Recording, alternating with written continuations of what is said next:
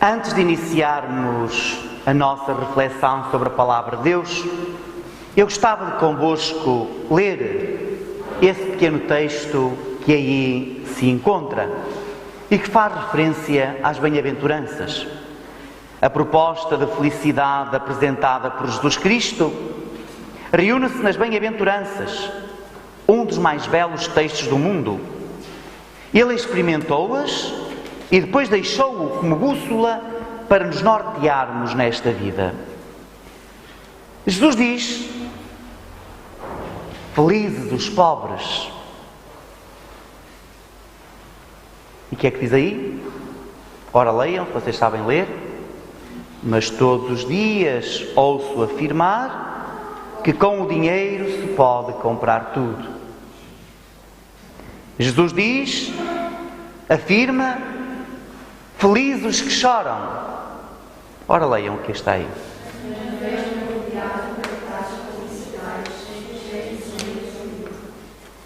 Jesus declara, felizes os mansos.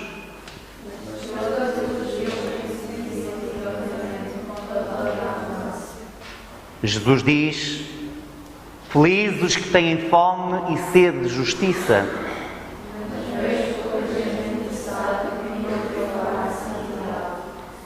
Jesus proclama, felizes os misericordiosos.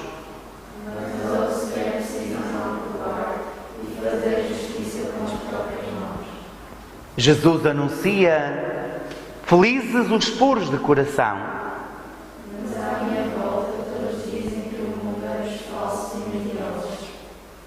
Jesus declara, felizes os pacificadores.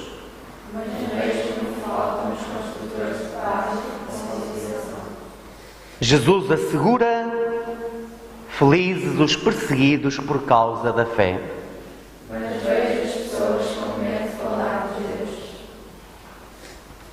Como acabais de constatar, as bem-aventuranças são o contrário daquilo que normalmente, ainda que não sejam todos, como sabemos, as pessoas procuram. E nas bem-aventuranças nós se calhar entendemos porque é que cada vez são menos as pessoas a acreditar em Jesus.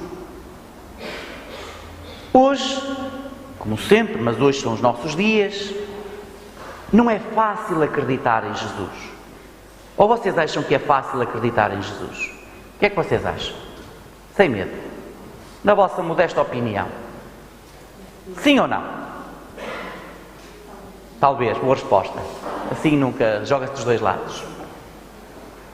Eu volto a perguntar. Para vós, achais que hoje é fácil ou difícil, eu vou mais longe, seguir a Jesus?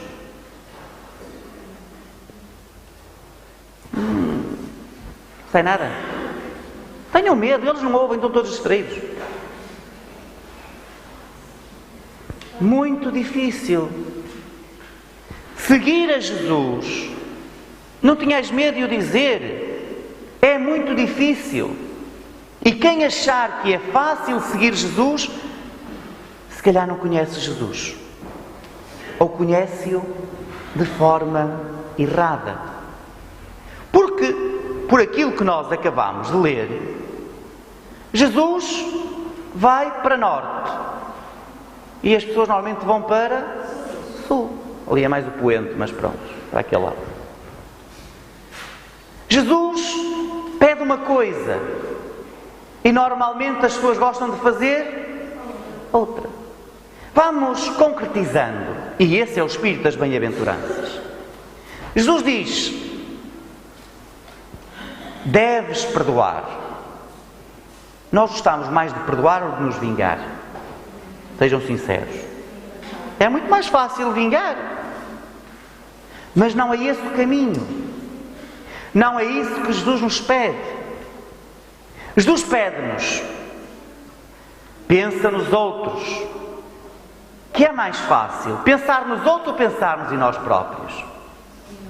Pensar em nós próprios. Jesus diz, reparte com os outros. É mais fácil dar ou guardar? Estás a perceber? Por isso é que seguir a Cristo é remar contra a maré. É muitas vezes ir contra tudo e contra todos. E esta é uma das grandes razões porque é que muita gente desiste de seguir a Cristo. Alguns não desistem, mas é como se não desistissem. Algumas pessoas pensam assim: bem, isto de Jesus é muito complicado, vou adaptar e fazer à minha maneira. Acham que está correto? Seria melhor a pessoa dizer, ter a coragem: não quero, não faço, do que estar a tentar enganar a Deus, porque a Deus nós não conseguimos enganar. Temos consciência que não é fácil seguir Jesus, mas é possível.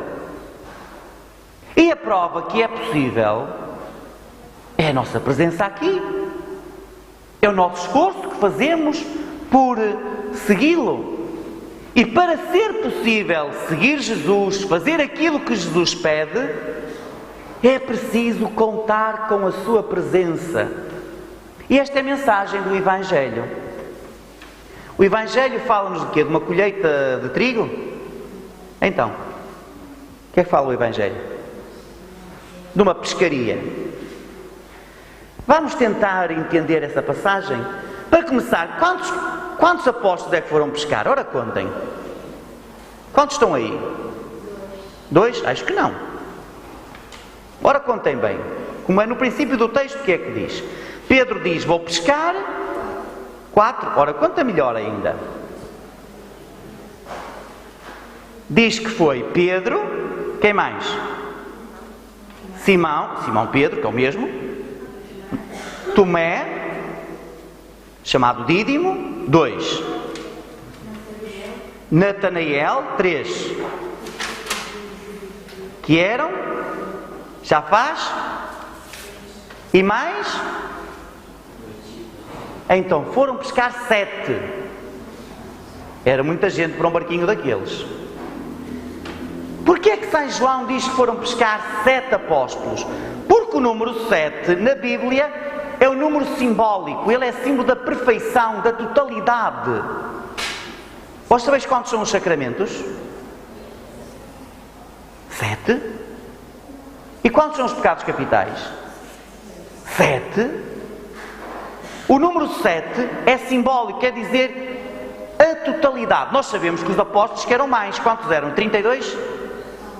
Então, 20? 12? 12 ou 11? Mas o Judas não se tinha enforcado? Quantos é que ficaram? 11. Mas depois não houve um que veio substituir o Judas? 12. E nesta altura já tinha sido escolhido o 12º? Esqueçam isso, agora não me interessa. Está aí uma confusão de meia-noite. Os apóstolos eram 12.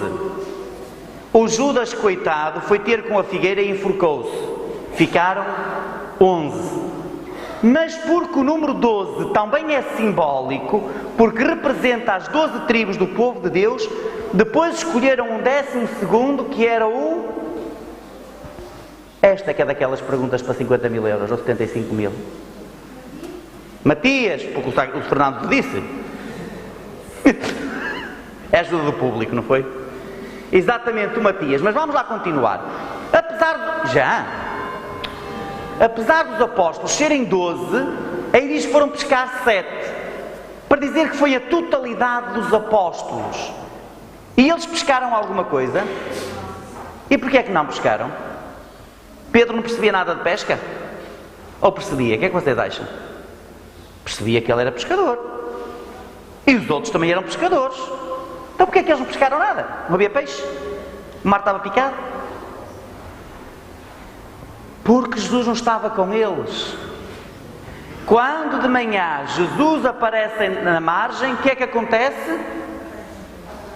Consegue fazer uma grande pescaria. São João, com esta passagem, quer nos dizer uma coisa muito simples.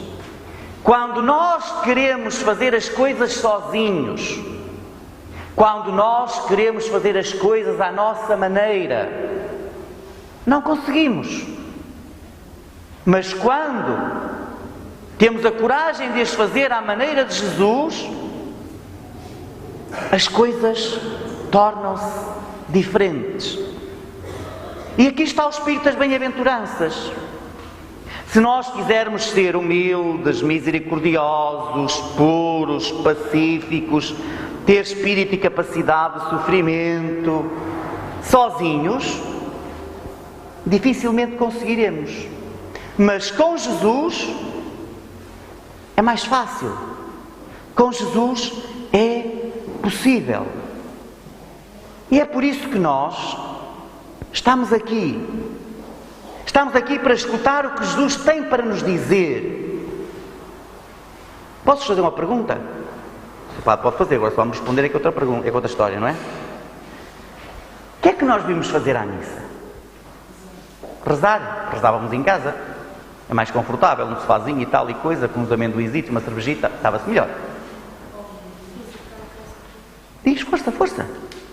Ouvir. Nós vimos aqui para ouvir o padre? Não, que esse gajo só diz asneiras, pá. Vimos ouvir a palavra de Deus. E para que é que serve a palavra de Deus já agora? Para chatear? Às vezes é. E chateia-nos muito. E é bom sinal quando nos chateia. Mas a palavra de Deus não é para nos chatear. A palavra de Deus é para nos apontar o caminho que devemos seguir. É por isso que vimos à igreja. Quando nos é pedido que pelo menos a cada fim de semana vinhamos à igreja e reunirmos com os nossos irmãos, é para com eles e com Jesus escutarmos aquilo que devemos fazer. E Jesus hoje diz-nos uma coisa muito simples: contemos com a sua presença, pois com Ele tudo é possível. Com Ele compreenderemos as bem-aventuranças, com Ele seremos capazes de viver as bem-aventuranças. Professemos a nossa fé.